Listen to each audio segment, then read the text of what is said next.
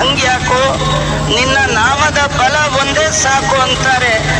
ಆ ರಾಯರ ನಾಮದ ಕಾರುಣ್ಯವನ್ನ ಕಂಡವರು, ಆ ನಾಮದ ಮಹಿಮೆಯನ್ನ ಉಂಡವರು, ಜಗತ್ತಿಗೆ ಹಂಚಿದವರು ಅಪ್ಪಣ್ಣಾಚಾರ್ಯರು. ಅಪ್ಪಣ್ಣಾಚಾರ್ಯರು ಹೇಳ್ತಾರೆ, ತವ ಸಂಕೀರ್ತನಂ ವೇದ ಶಾಸ್ತ್ರಾರ್ಥ ಜ್ಞಾನ ಸಿದ್ಧೆ. ವೇದ ಶಾಸ್ತ್ರ, ವೇದ ಅಪೌರುಷೇಯವಾದದ್ದು, ಶಾಸ್ತ್ರ ಮೀಮಾಂಸಾ ಶಾಸ್ತ್ರ. ವೇದ ವೇದಾಂತದ ತಿರುಳು ಹುರುಳು ನಿಮಗ್ ಗೊತ್ತಾಗಬೇಕಾದ್ರೆ, ವೇದಾಂತ ಹೇಳ್ತೀನಿ ಅಂತ ಮರಳು ಮಾಡುವವರ ಬಗ್ಗೆ ನೀವು ಹೋಗಬಾರ್ದು ಅಂತಾದ್ರೆ, ನಿಜವಾದ ತಿಳಿಯ ವೇದ ಅರ್ಥ ಆಗಬೇಕಂತಾದ್ರೆ ರಾಯರ ಪಾದ ಹಿಡಿಬೇಕು, ಅವರ ನಾಮವನ್ನ ಉಚ್ಚಾರಣೆ ಮಾಡಬೇಕು.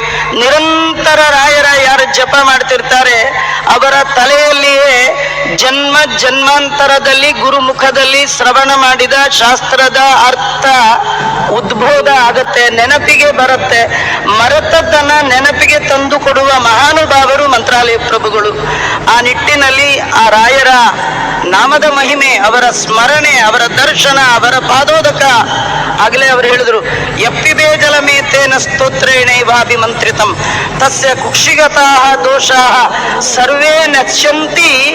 ಒಂದು ವಾರ ಬಿಟ್ಕೊಂಡು ಮೂರು ದಿನ ಬಿಟ್ಕೊಂಡಲ್ಲ, ಜಗತ್ತಿನ ಯಾವುದೇ ಡಾಕ್ಟ್ರು ಔಷಧಿ ಕೊಟ್ಟು ಇಮ್ಮಿಡಿಯೇಟ್ ವಾಸಿ ಮಾಡೋರು ಅಂತ ಯಾರಾದ್ರು ಇದ್ದಾರ?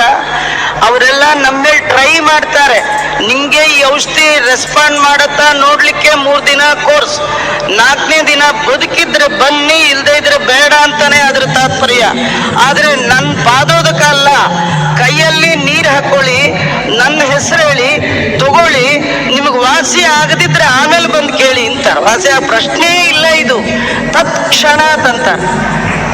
ಅದನ್ನ ಅನುಭವ ಸಿದ್ಧ ಮಾಡಿಕೊಂಡ ಮಹಾನುಭಾವರು ಅಪ್ಪಣ್ಣಾಚಾರ್ಯರು.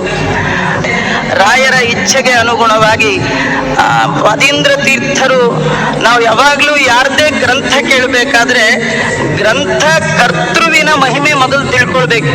ಇಂಥವರು ಬರೆದ ಗ್ರಂಥ ಅಂತಂದಾಗ ಆ ಗ್ರಂಥದಲ್ಲಿ ಅಧ್ಯಯನ ಅಧ್ಯಾಪನ ಮಾಡುವ ಶ್ರದ್ಧಾ ಜಾಡ್ಯ